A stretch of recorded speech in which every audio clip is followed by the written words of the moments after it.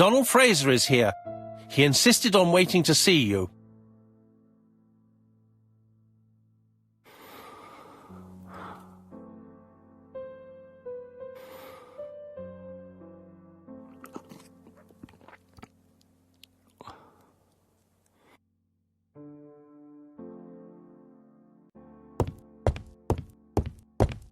I lock my revolver in this drawer.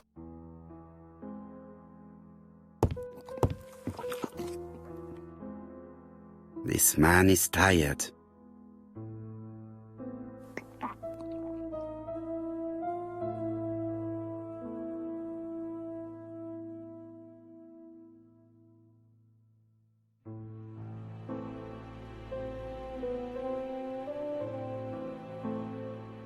Donald is short of sleep, and it looks as if he didn't even bother to undress before going to bed.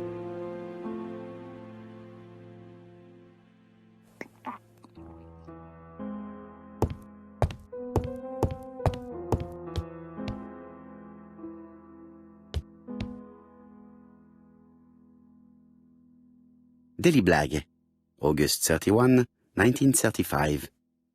Moustache at half-mast. Poirot's repeated failure in ABC case. Sometimes small things trouble great men. Hastings, faithful collaborator of the Belgian detective, knows something about it. 3 mornings in a row, he confided to us, the cook broke the egg yolks when preparing Poirot's breakfast. This apparently casual event has greatly disturbed my friend, to the point it breaks his concentration and slows his judgment. I also noticed his moustache, of which he is so proud, being duller than usual. Poirot, I assure you I haven't said any such thing to the journalists. They twist everything.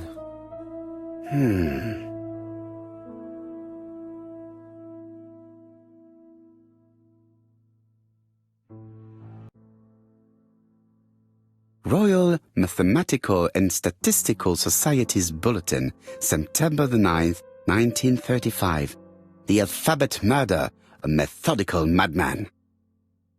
It's highly probable that the alphabet murderer will kill again. Could we possibly estimate the number of victims in his next crime? Yes, and it is easy.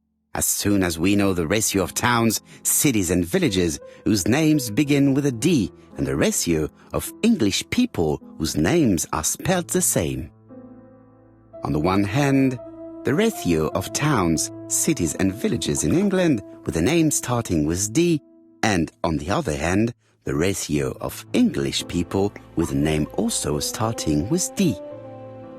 After this initial calculation, it is easy to deduce the likelihood of actually being murdered if you belong to the target population. Go to the last page to find our results and details on the calculations.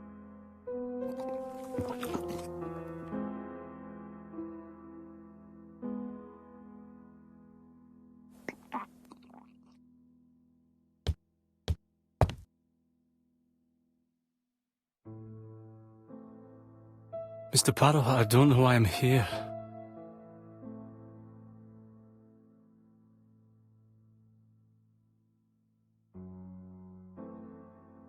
You wanted to talk, and you came to find the only man capable of hearing you. Mr. Poirot, since Betty's death, I've doubts about myself. I don't know what to do. And I keep having a horrible dream 3 nights in a row.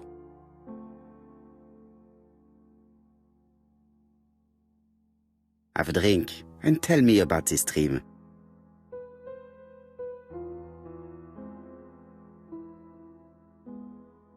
It's always the same. I'm on the beach with Betty. I grab her round the throat and I squeeze and squeeze until she's dead. Her head falls back and I see that it's no longer Betty. It's Megan's face. Have you seen Megan Barnard recently? Yes, our grief has brought us together. I never really knew her before. She's really quite a remarkable girl. But I would never tell her about my dream. Why not? Is it her you are attacking in your dream? No, it's Betty. And once Betty is dead, it's Megan's face that appears in its place. Very interesting. Let us now try and get our brain cells to work.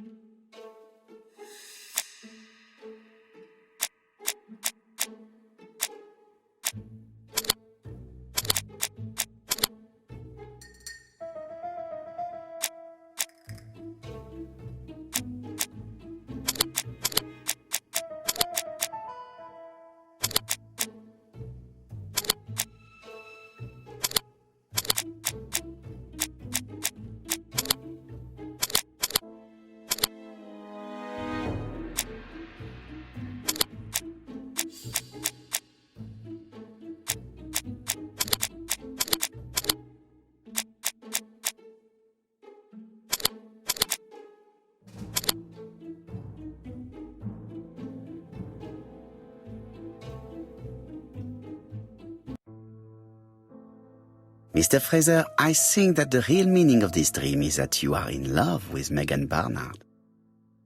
Please go on. Do. This dream certainly betrays your guilt. Oh. But what do you feel guilty about? Having killed your fiancé? Possible. Or forgetting her very quickly for her sister? Certainly. And this forgetting is perceived as a second death. So you don't really think I was the one who killed Betty? I do not exclude this theory. I am simply saying that I do not need to know that fact to explain your dream and your guilt. Thank you for being frank, Mr. Poirot. You've helped me a great deal. I'm going back to Bexhill. I'll not take any more of your time up. It is late, Mr. Fraser, and you are tired. I'll sleep on the train. I like trains. It's easy to sleep rocked by the sound of the wheels. Poor boy, he seems completely lost. Well, women seem to like him. I think Megan will take care of him. Oh, I remember. Did you order the product I needed? Yes, we'll be receiving it tomorrow. Bien, it is late, and I asked Miss Gray to come tomorrow morning. I have a few questions I wish to ask her. Mademoiselle, I asked you here in order to answer a very important question.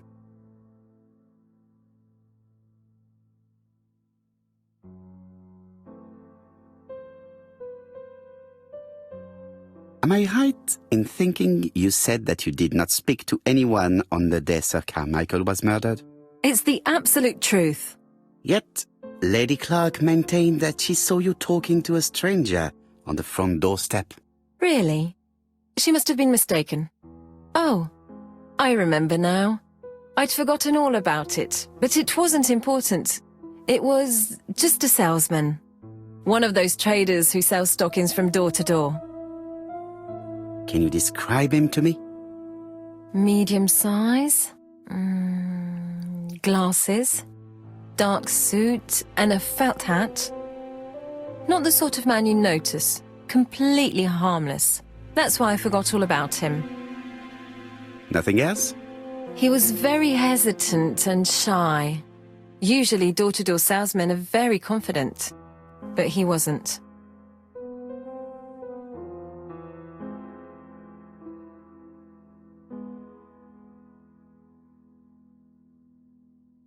You did not leave Churston willingly, I believe.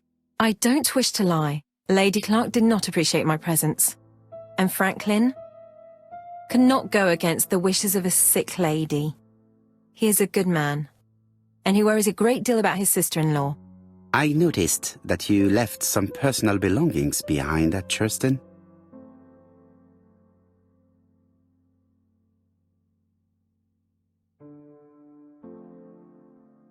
Are you planning on going back to collect them? No. I prefer not to carry the weight of the past. Bien. I must ask you one last question. Please reply frankly with either yes or no. If Lady Clark had died, would you have agreed to marry Sir Carmichael if he'd asked you? How dare you ask such a question? Sir Carmichael treated me just like his daughter. And all that I ever felt him was affection and gratitude, nothing else. Thank you, mademoiselle. I will not keep you any longer. I met Thora Grey on the stairs. Her cheeks were ablaze, and she appeared to be deeply hurt. Poirot, have you offended the poor girl again? Do you have good reasons for accusing her? I accused her of nothing, Hastings. I simply asked her an important question she did not answer. Let us see if we can answer it for her. Let us now try and get our brain cells to work.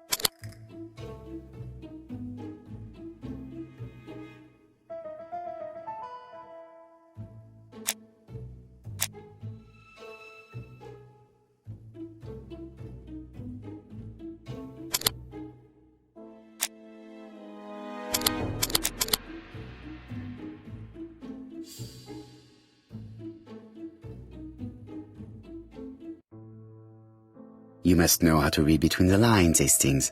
When Sir Carmichael refers to paternal affection, he is lying to himself. Read this engraving on the brooch. A dark dragon for an angel with glossy hair. These are the words of a lover, not a father. Lady Clark was not wrong. What if Sir Carmichael had fallen in love with his secretary? That doesn't mean that she forced him to do so. True, there are extenuating circumstances. She is a penniless orphan. But she is calculating. Just look how she avoided it when asked if she would have married Clark. I see. You think she seduced Sir Carmichael for her own gain, and that now she is doing the same with his brother. Poirot, your world is a very dark place. Do not get carried away, mon ami. We have another more important matter to settle. Really? Yes, would you believe that Miss Grey taught me something new? Let us now try and get our brain cells to work.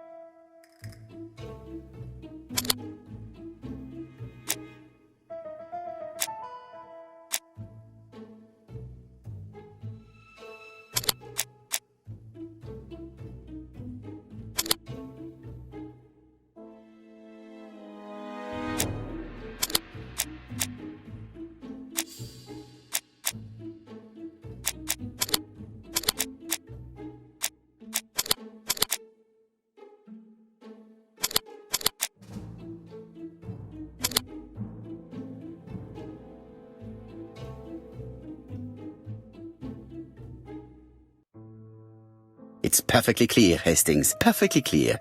Indeed, a stocking seller visited Andover, Bexhill and Churston on the day of each murder. We have our suspect. This should be of interest, Jap.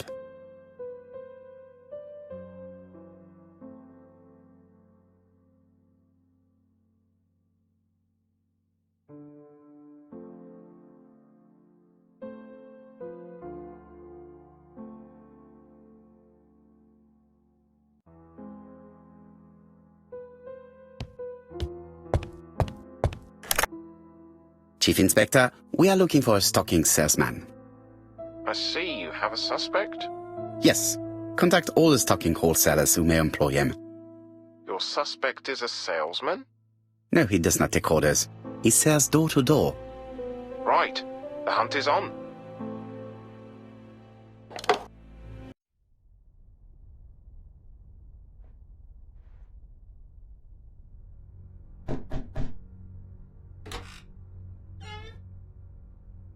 Are you leaving, Mr. Cust?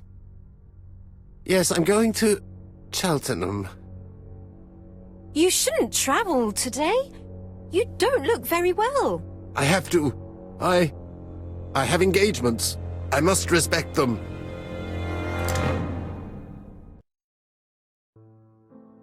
Can you get the post, Hastings? And why don't you go and get it yourself? Très bien. What's going on? I've never known Hastings to be so disagreeable.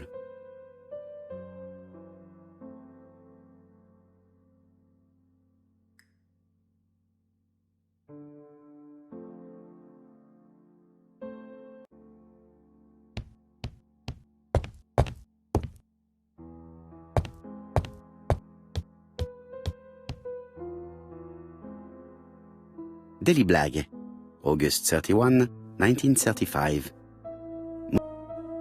Sometimes small things trouble great men. Hastings, 3 mornings in a row. This apparently casual event has greatly disturbed my... Poirot, I assure you I haven't said any... Royal Mathematic... Yes, and on the one hand, the rest... After this Go to the...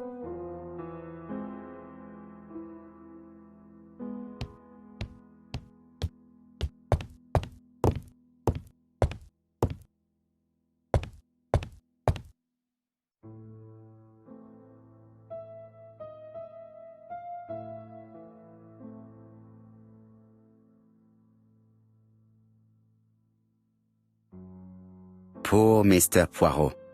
I'm quite sorry for you. If at first you don't succeed, try again. We've a long way to go still. Typery? No, that comes later. Letter T. The next little incident will take place in Doncaster on September 11th. So long. ABC. I should compare this letter with the one on my desk which I received earlier to see if it does indeed come from the same person.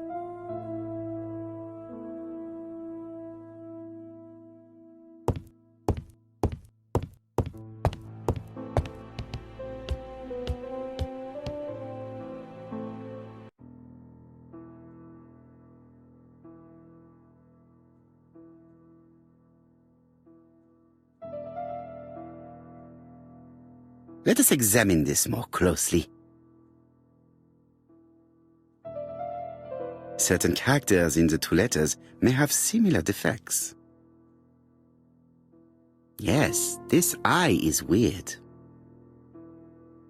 Yes, the I characters in the two letters do indeed have the same defects. I have to find some other similar defects to confirm my theory. Yes, the A appears to be quite unusual. That's right. The A characters in the two letters do indeed have the same defects. I have to find some other similar defects to confirm my theory.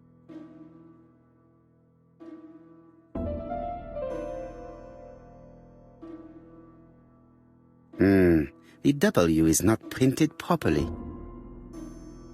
Of course, the W characters in the two letters do indeed have the same defects. My theory was right. These two letters were written with the same typewriter. Hastings, he strikes tomorrow. Chief Inspector Japp? He's on another line. Can I take a message? Yes, please, mademoiselle. It is from Hercule Poirot. Tell him ABC strikes tomorrow in Doncaster. He must call me back. Very well, sir. Bien, now I'm going to see what I can find from these burnt documents. I've received the product I need. Hastings, if you do not mind, I would like you to take a few notes. Yes, yes.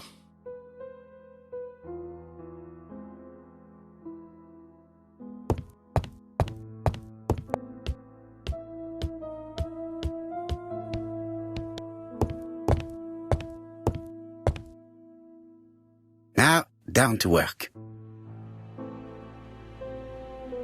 All of this needs putting in order a little.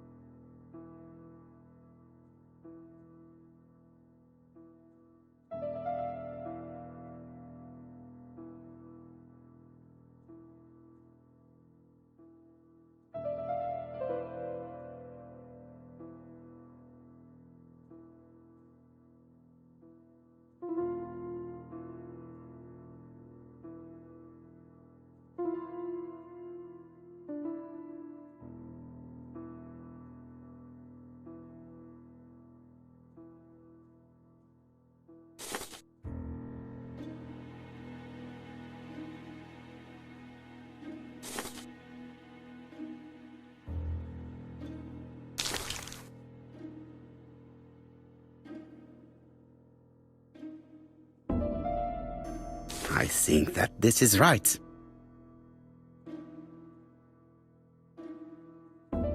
This page is finished. That's done. 3 more to go.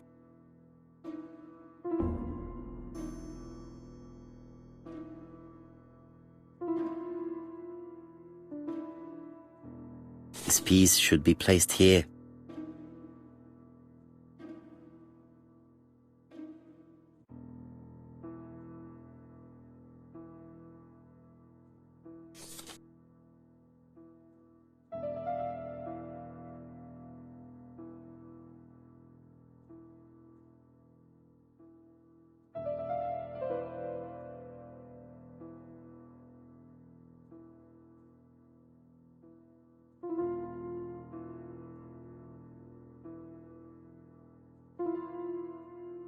This page will be reconstructed in a flash.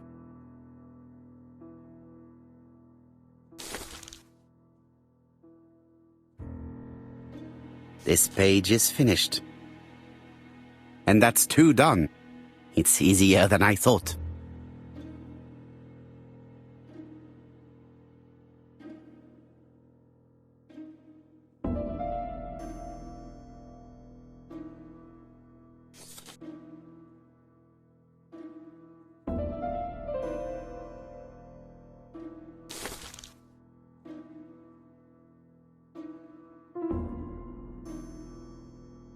I think that this is right.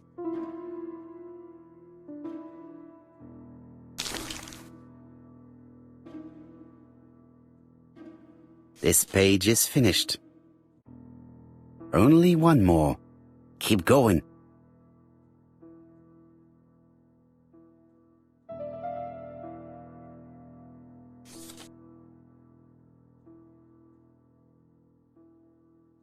This page will be reconstructed in a flash.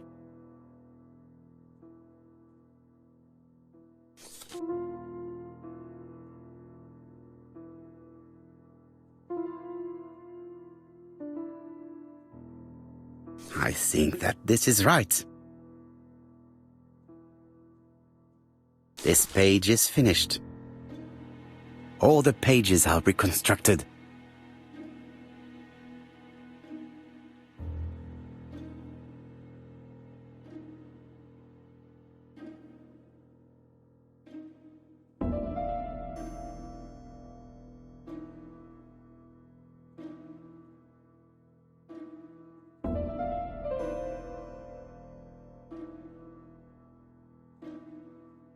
A bottle of solvent.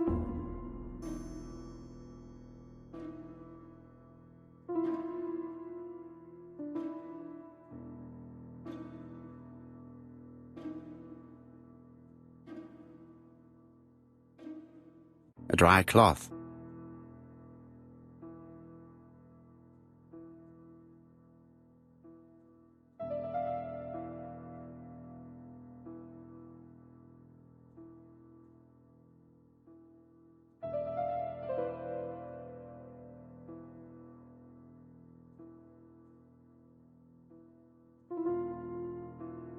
A bottle of solvent.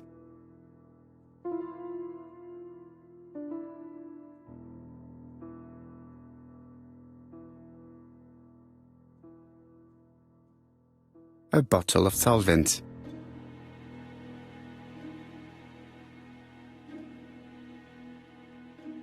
A dry cloth. A dry cloth.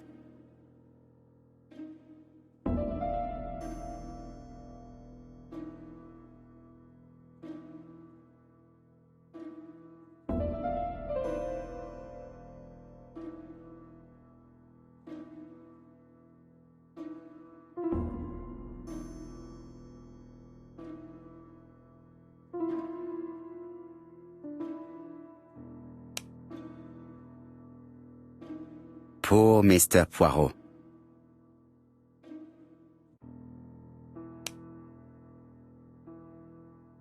If someone has tried to get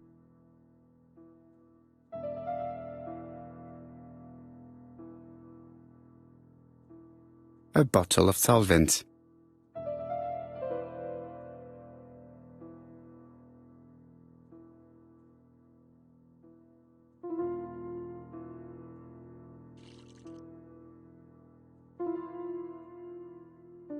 The cloth is now soaked with solvent.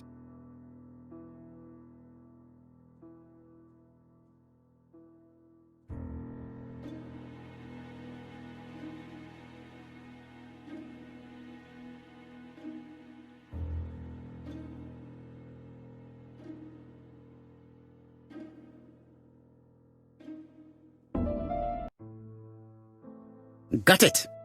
Make a note, Hastings, make a note. Mrs. Alice Asher, shop owner in Andover. Tracheitis, hemoptysis, prescribed laudanum.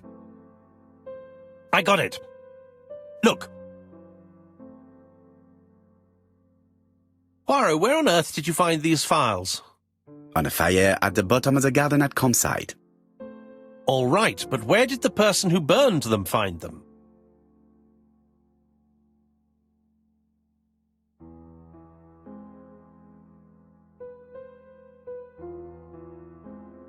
Alice Asher, shopkeeper in Andover. Tracheitis, hemoptysis, chronic cough with loss of blood. Prescribed laudanum-based cough medicine.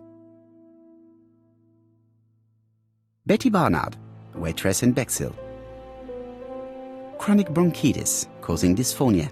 Advised to stop smoking. Alexander Bonaparte Cust. War wounded, mustard gas and head trauma. Pulmonary emphysema. Hemoptysis. Coughing fits with blood. Suffers from absences and amnesia.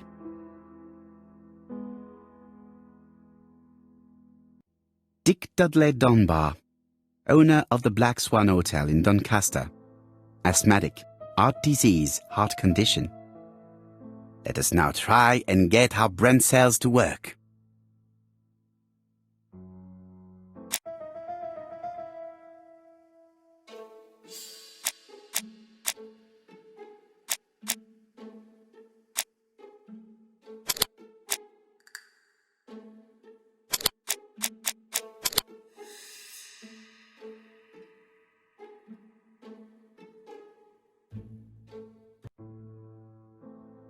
The burned documents are medical records, and without a doubt they come from Clark's archives.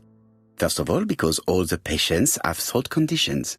And secondly, their name starts with either A, B, C or D, and it is precisely the files that match these letters that have been tampered with. But why burn these files? How come the names of the two victims appear on them? And who are the two other patients? These are very good questions.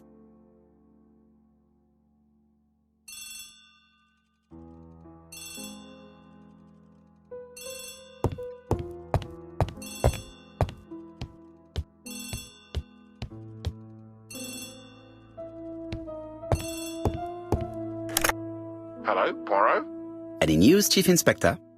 You wanted a stocking seller? We have one. Reported by his landlady, who thought he was behaving suspiciously. He has the most unbelievable name.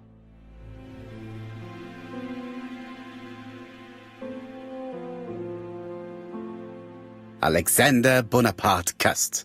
Yes, Alexander Bonaparte Cust? How did you guess? Poirot, you have magical powers. It's a serious lead. I called Doncaster. A person matching Cust's description has been seen at the station. He got off the train from London, but after that, nobody knows where he went.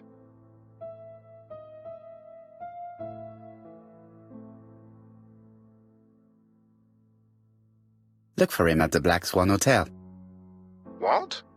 How do you know he's there? Trust me, Chief Inspector. You appear to be very sure of yourself. Very well. I'll call the Black Swan straight away. The owner is going to get a shock when he learns that there's a murderer under his roof. Do your best, Jap. You can count on me. Hastings, everything is at stake. With a little luck, our main suspect will soon be under lock and key.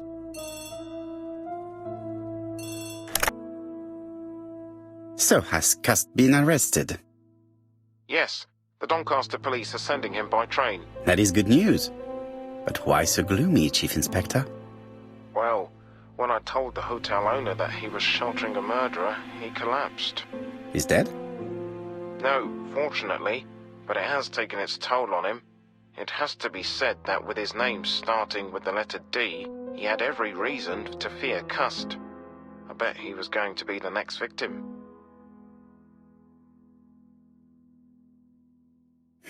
Chief Inspector, I believe that I share responsibility for this incident. What do you mean? I saw Mr. Dunbar's medical records. His heart was weak. I should have warned you. It's very honest of you to tell me that, Poirot.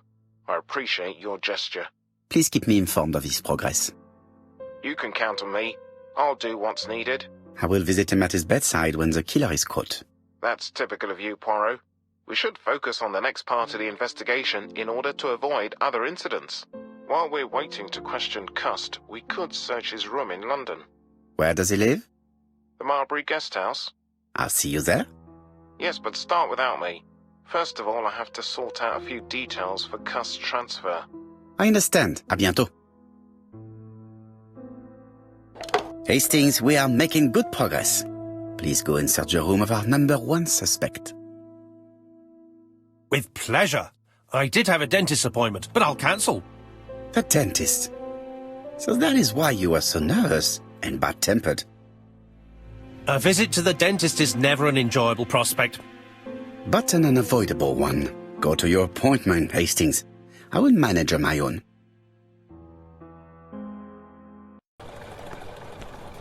To Marbury Guest House, please.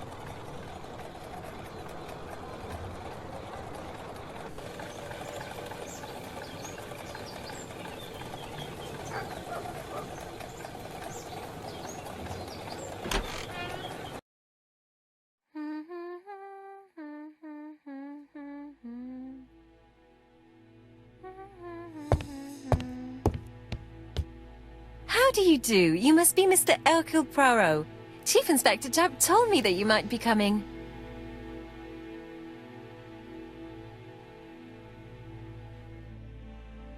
Madame, you may be of valuable help to me. It would be my pleasure to help you. Will there be some journalists there as well? I think you might even be interviewed. You are key witness. I've suspected him for some time, but he appeared so harmless. Oh yes, sometimes he got angry and waved his arms about. But even then, he wasn't frightening. And he was as gentle as a lamb again immediately afterwards. It was only this morning that I understood. He told me he was going to Cheltenham, but my daughter saw him at Euston Station. It's not the right station. To get to Cheltenham, you have to take the train from Paddington.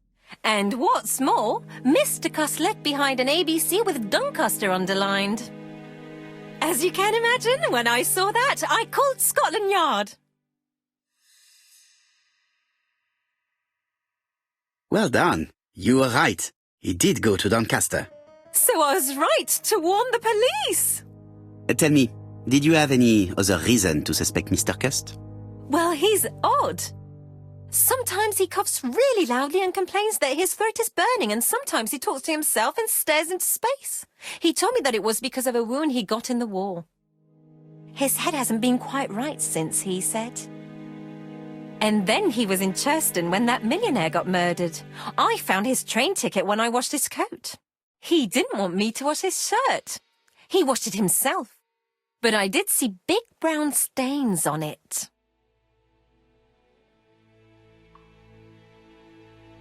Where were the stains on the shirt? On the collar and on the buttonholes. Cut used to travel for his work. Is that correct? Oh, it wasn't for pleasure. He was always unwell on trains. But he had to sell his stockings around England. I have to respect my engagements, he used to say. Do you know where Cust was at the time of the murder in Andover and Bexhill? On June the 21st and July the 25th? No, I don't know. That was a while ago, you know. But surely you keep a register. It won't do you much good. Mr. Cust rents his room for the year. If he goes away for a few days, I have no reason to make a note of it. Ah, I remember one thing. Bexhill's by the sea, right? Indeed, it is a large seaside resort. Well, as it happens, at the start of July, Mr. Cust asked me to repair his bathing dress. Suspicious, huh? Very interesting. Please continue. I also forgot to say that he started buying newspapers that talked about the case.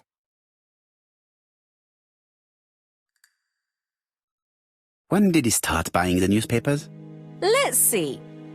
I think it was just after the millionaire's murder in Churston. He didn't seem all that interested before that. That will be all for now. I'm going to take a look at his room. Take the key on the counter.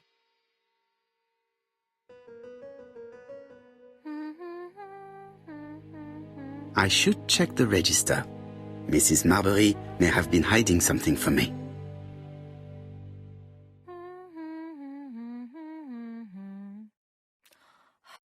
I don't think my register will help you. Mr. Cuss rents his room all year. If he goes away for a few days, I have no reason to make a note of it.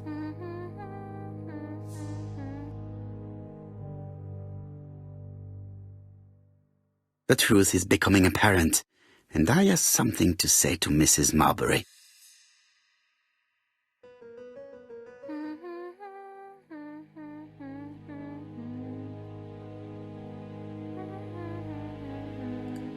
It looks like I've found the real master of this house.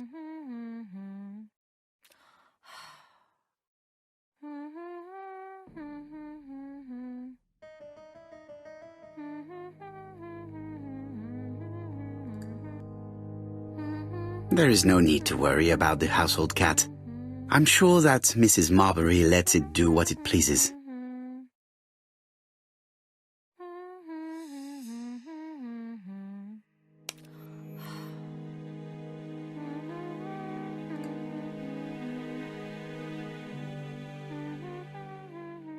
This woman appears to be in a good mood.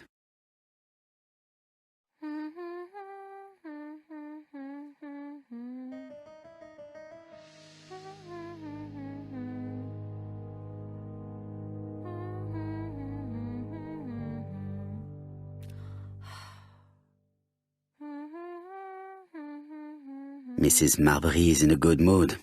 She is working very precisely in producing incredibly thin peel.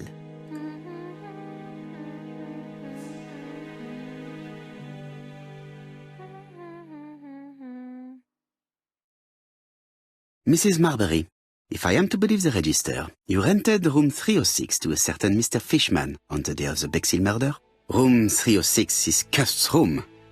Can you explain yourself? Yes, I remember. Just for one night as a favour. Mr. Cust was away, all my other rooms were taken, and poor Mr. Fishman had nowhere to go.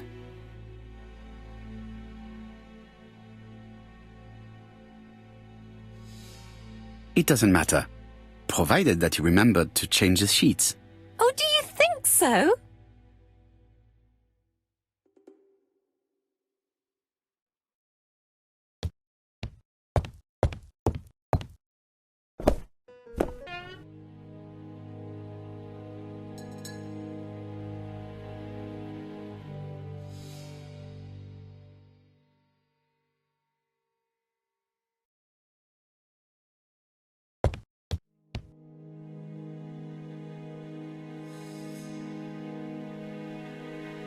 John Milligan, Managing Director, Silky Legs, Frederick Street, Leicester. To A.B. Cust, Marbury's Guest House, 1935, May the 21st. Dear Sir, further to our letters dated 5th and 10th of the month, we confirm we are you as door-to-door salesman, according to the conditions stated in our previous letters. We will send you the articles by mail and also a Redfield typewriter you will be using for every business letter. Regarding the schedule of your rounds, please do as following. June 21, Andover. Arrive by train the 20th in the evening and get a room at Station Hotel. Start your turn in the north part of the town. This letter establishes that Cust went to Andover, but the ink has hidden the destinations of his other trips. I know from Mrs. Marbury that he went to Churston. I just have to show that he went to Bexhill, and I will have proved that he was present at all the crime scenes.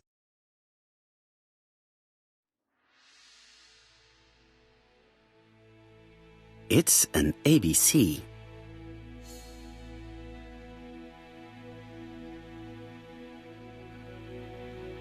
A long-bladed knife. A murderer's weapon.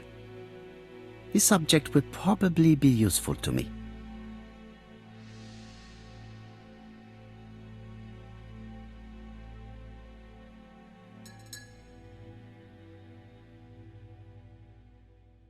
Did Cust drop it when he opened the window? Or was it Mrs. Marbury while she was cleaning? Cust is parsimonious. He keeps his pencils and sharpens them until there is nothing left. It is clear that he did not grow up in luxury. I have to get the ribbon. How am I going to do it?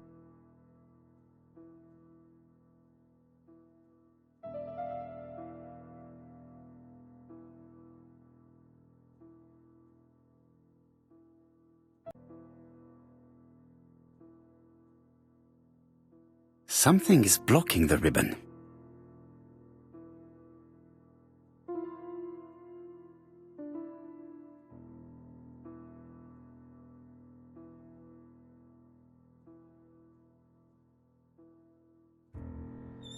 The left-hand heel has been removed.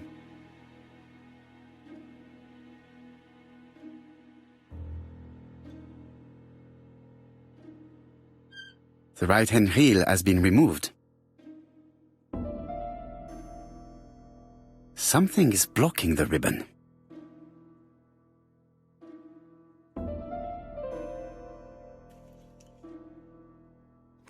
And here is the ribbon. Let us see if it was indeed used to write the letters sent by ABC. I only need the ink ribbon for my inquiry. I will let Jack clean the keyboard if he wishes.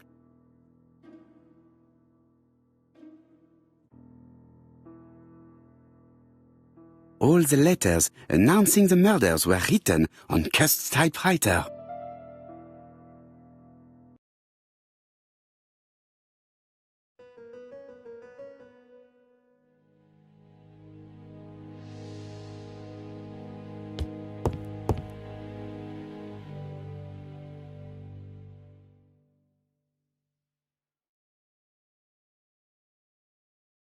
Laudanum Cameron's Chemists. Laudanum, a medicine for coughs. It is what Dr. Clark prescribed for Mrs. Asher. This subject would probably be useful to me.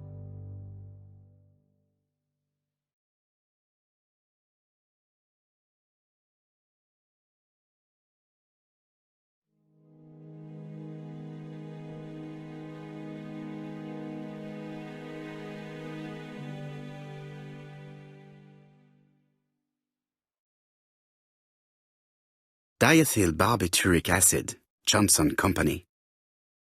I know this medicine. It is a powerful sedative. This subject would probably be useful to me.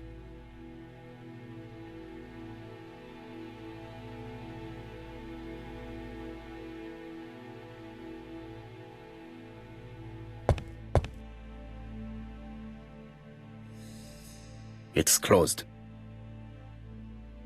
ABC guys, enough to sign about a dozen murders. It's closed.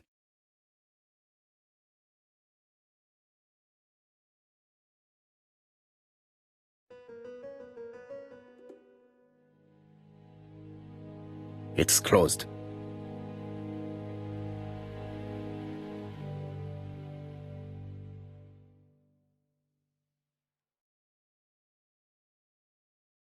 ABC guys, enough to sign about.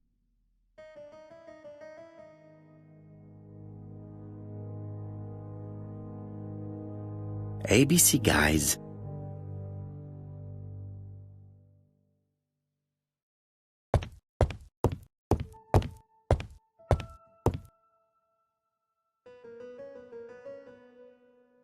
How hopeful. This place is a real mess.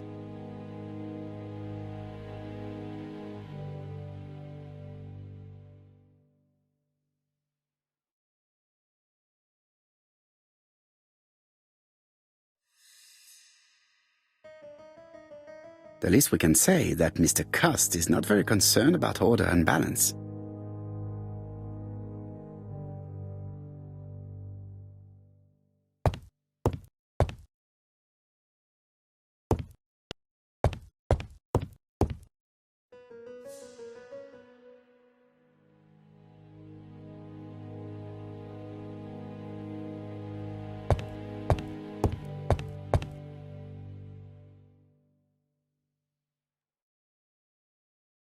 Trousers, white shirts.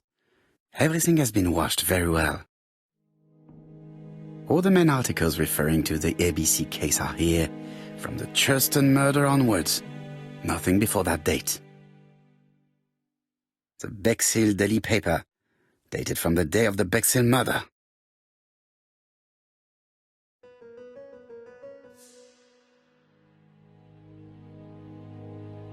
Most probably the bathing dress repaired by Mrs. Marbury's expert hands.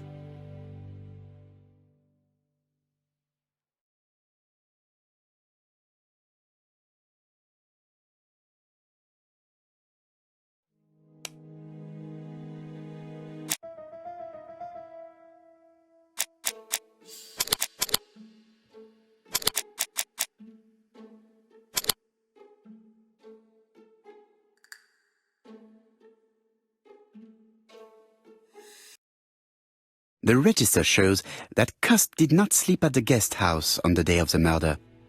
Where was he? Bexhill. The Bexhill paper reveals it. Cust bought this newspaper in Bexhill on July the 25th.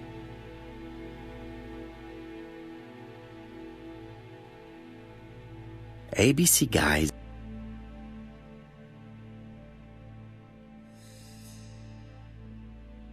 It's closed.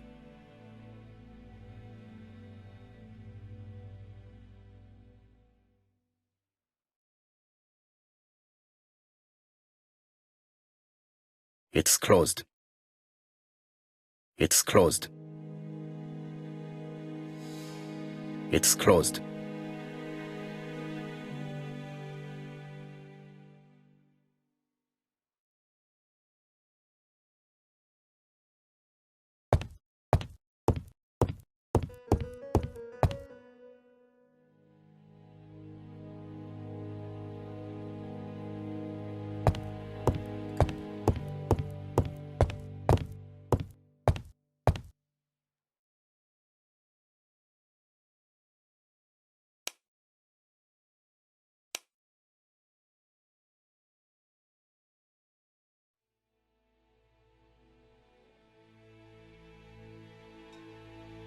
ABC.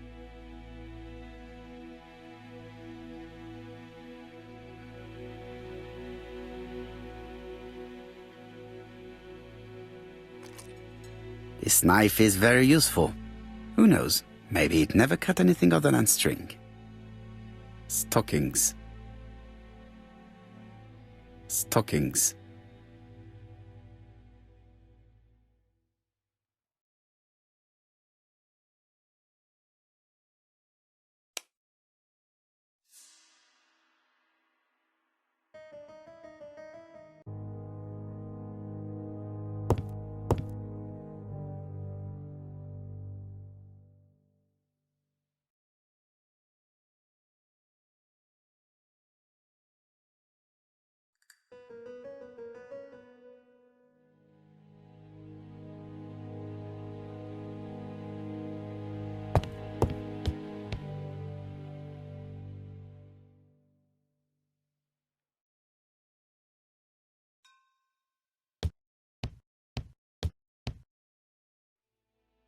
War of 1914-1918.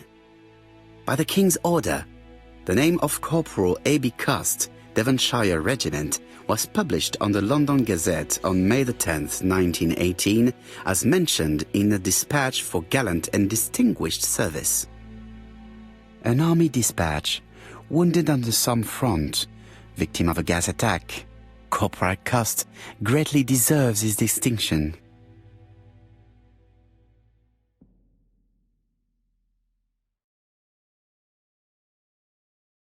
The least we can say is that Mr. Cust is not very concerned about order and balance.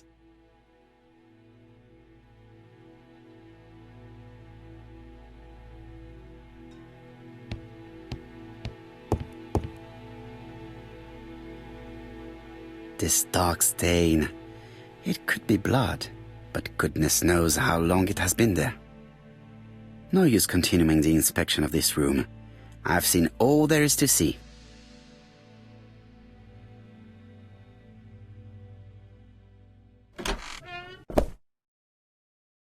Goodbye, Mrs. Marbury. Thank you for your help. Bye. Ah, Chief Inspector. I was about to leave. Good evening, Chief Inspector. Welcome. Please excuse me, I must go to the kitchen. I'll leave the key of Mr. Cust on the counter. I'm sorry I'm late. I've spent ages with the Doncaster police. And you? I have established one fact. On 3 occasions, Cust was at the scene on the day of the crimes.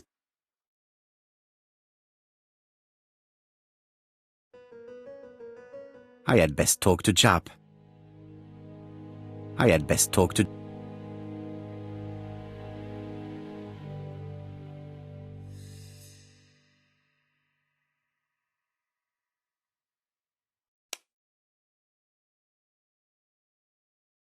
I've listened closely to what you have to say, Poirot. For me, there's no doubt. Cust is guilty. Do you have any element that might prove the contrary? That is what we're going to look for. Let us now try and get our brain cells to work.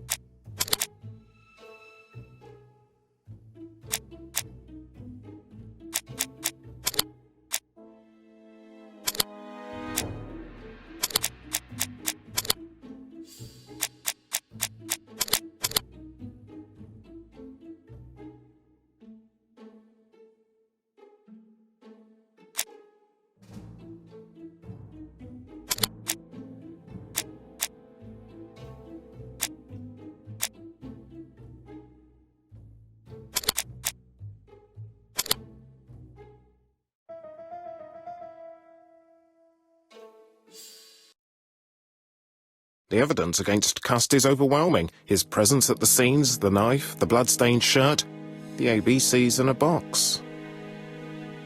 C'est vrai. However, the blood Mrs. Marbury saw on Cust's shirt may have been his own. According to his medical records, he suffers from hemoptysis. The murderer cut Sir Carmichael's throat from behind, and the blood spurted outwards.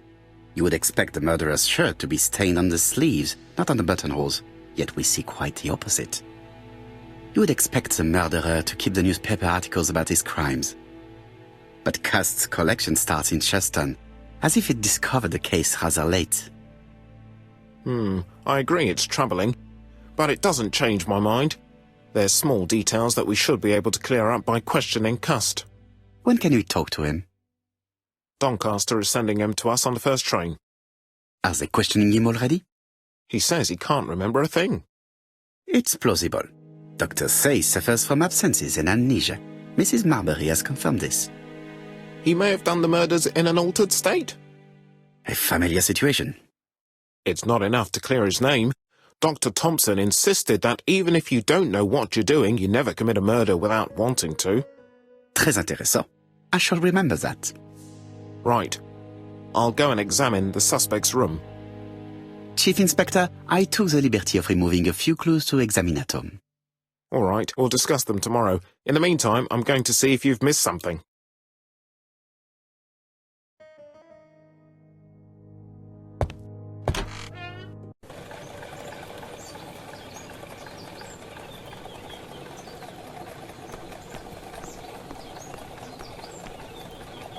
To Scotland Yard, please.